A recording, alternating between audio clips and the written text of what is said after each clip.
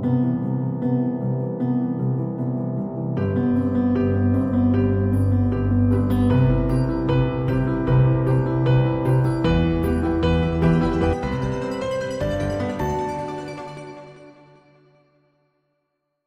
le 16 mars, euh,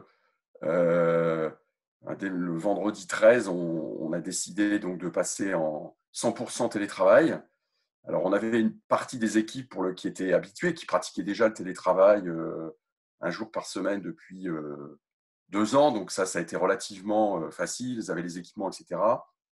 On a dû, en une semaine, l'organiser pour toute la relation client, donc le front office, les gens qui sont en contact avec nos clients par téléphone, par email, par WhatsApp. Et ça a été un gros challenge, mais dès le lundi matin, mardi, on était quasi opérationnel. Et depuis, j'ai envie de dire, l'entreprise tourne quasi normalement. On a juste dû faire un plan de continuité sur tout ce qui est courrier entrant et sortant. Il y a encore beaucoup de choses administratives qu'on reçoit par courrier. On a des clients qui exigent de recevoir des BVR, par exemple, ou des relevés de compte en courrier et pas en email. Donc pour ça, on a dû assurer en fait un tournus dans nos bureaux à Montreux pour que tout ça tourne. Mais voilà, comme je le disais, au global, on a vraiment privilégié le télétravail à 100% et ça fonctionne.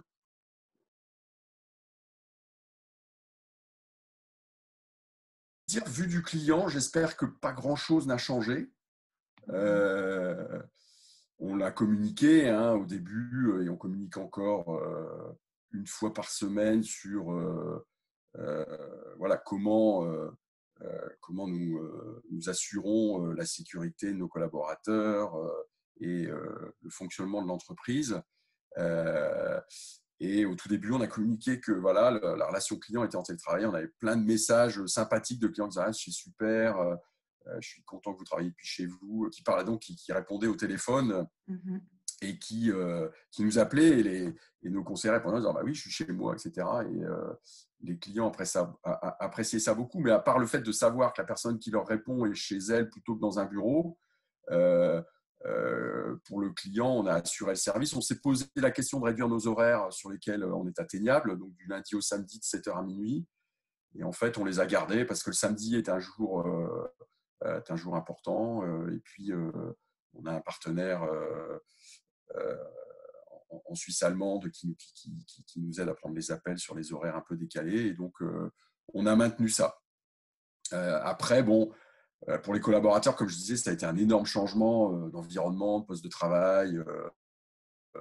Et enfin, on l'entend partout, dans toutes les entreprises. Il y a une capacité d'adaptation des gens absolument incroyable. Et c'est assez bluffant de voir dans les conférences, dans les Teams ou les Zooms, de voir les visages des gens derrière leur écran, chez eux, qui font leur job naturellement, normalement. Quoi. C'est vraiment impressionnant. Quoi. Donc, et tout ça, voilà, tout le monde, dans toutes les entreprises, je pense qu'il y a plein d'exemples de choses qui étaient impossibles depuis 5 mois, 5 ans, et puis qui en 5 jours ou 5 semaines ont été réglées. Quoi. Donc, euh, vraiment une réactivité, une capacité d'adaptation de tout le monde assez impressionnante.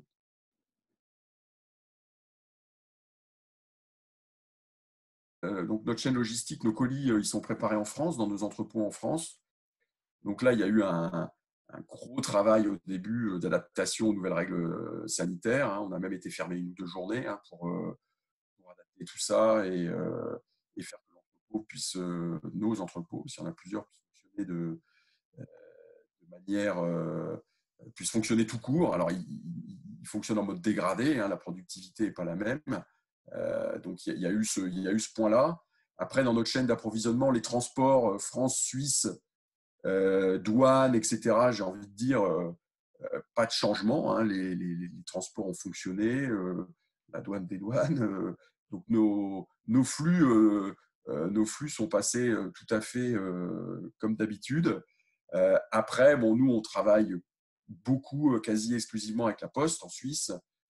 Et il y a eu une période de crise début avril où, au plus fort au plus fort de la crise, La Poste aussi a dû s'adapter et crouler un peu sous les colis. Et donc, on a dû sous-traiter certains flux, on a dû s'adapter, à accepter des délais un petit peu plus longs parfois. Mais au global, bon, les capacités restent réduites par rapport à d'habitude, avec des flux un peu plus élevés.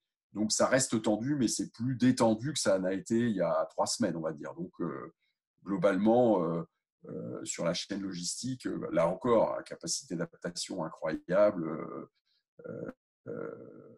Et la Poste a su se mobiliser. Ils ont passé des flux de petits colis sur des chaînes courriers. Il y a vraiment eu, et c'est pareil pour les autres distributeurs, hein, il y a eu vraiment une réactivité. Et du coup, maintenant, voilà, ça tourne moins vite, mais ça tourne, c'est le principal.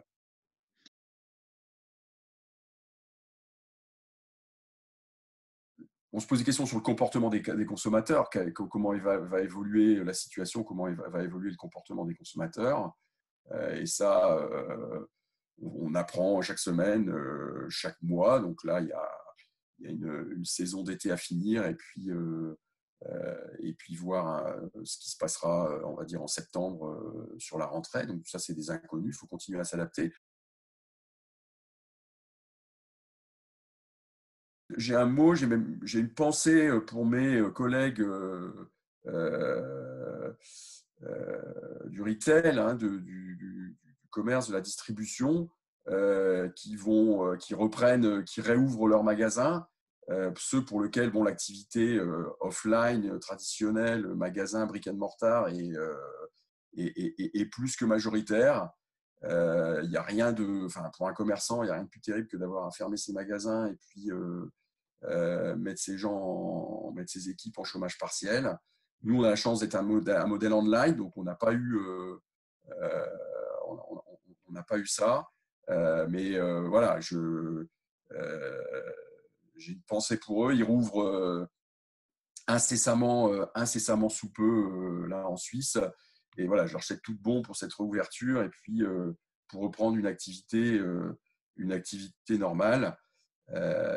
Plus généralement, on a vu que cette crise avait quand même généré des nouvelles collaborations, donc tout ce qui s'est passé sur la gestion des frontaliers, des malades français accueillis en Suisse, etc. Il y a eu des choses extraordinaires et j'espère que bah voilà, c'est l'occasion, comme on l'a dit, la crise a révélé pas mal de choses et a montré la capacité d'adaptation des gens, de faire des choses qui pensaient impossibles avant et de les faire hyper rapidement. Donc si tout ça peut renforcer encore la collaboration entre les deux pays et puis tout ce qui se fait sur des échanges de collaboration et de projets, il faut en profiter, quoi. Donc il faut profiter de cette situation.